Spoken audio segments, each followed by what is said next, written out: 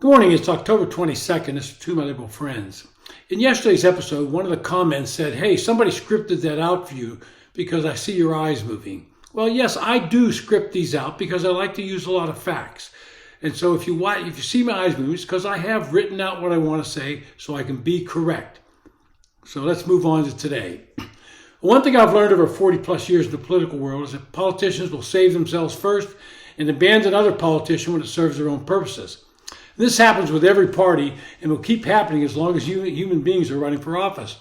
We saw this a couple of years ago when Glenn Youngkin, who was running for governor of Virginia, kept his distance from Donald Trump. He was running in a purple state and increasingly looking blue, but he had a couple of issues working for him and made a decision to stay separated from Trump. It worked for him. In this year's race, we're seeing it happen on the Democratic side. The Democrats conducted a coup this past summer and forced Joe Biden to bow out of the race. And once that was accomplished, and again, Biden didn't go voluntarily, no matter what anybody says, they anointed Kamala Harris as their candidate. They did this despite her disastrous polling numbers at the time. But once they made that move in her direction, they all got behind her at the Democratic convention and spoke about joy, turning the page, and moving forward, a new generation of leadership. Harris surged in the polls, more effective not being Biden than anything else. Nobody really knew what her position would be on crucial issues. And if they referred back to her abbreviated presidential bid in 2020, they knew they were not in a position that would win votes. For the first couple of months, Harris played dodge and weave with the press. She failed to hold a single press conference and opted to only appear where she knew people would be asking the questions were not only supporters, but would toss up softball questions where she could yuck it up with the person conducting the interview, using her laugh.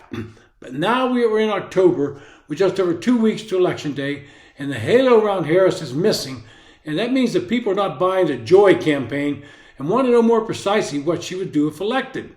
What the voters are seeing is not resonating with them, especially in the key swing states and in states where Democrats are in close Senate races. That means these politicians, being who they are, don't want to be tied to Harris if they think it will hurt them. Harris recently campaigned in Erie, Pennsylvania, and that's a crucial regional hub in this election cycle.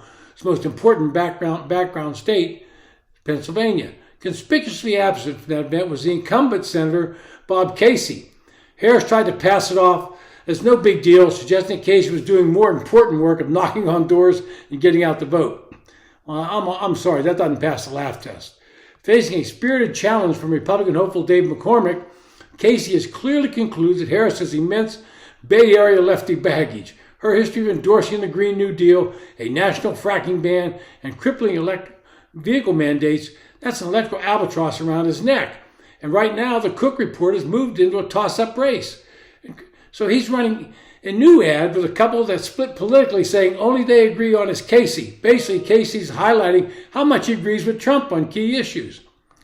Well, it's tough to blame Casey. Other vulnerable Democratic incumbents, such as Sherrod Brown in Ohio, and John Tester in Montana, reached the same conclusion a while ago.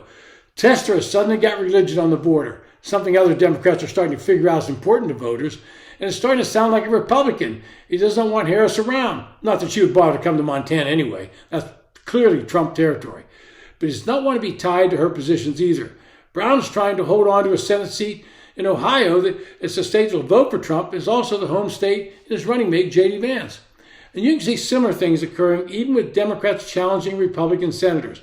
In Nebraska, Don Osborne, a former union leader who led a strike against the Kellogg Omaha plant, is trying to take down Republican Senator Deb Fischer.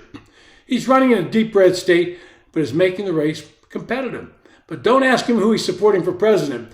Osborne can get away with this because he's running as independent with no Democrat on the ballot. But everyone knows which party he'll caucus with should he win. He's being funded by Democratic PACs, and he certainly does not want Harris in Nebraska.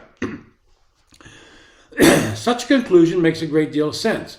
A recent Marist National General Election poll, for instance, shows Trump up a whopping 10 points on Harris with registered independents.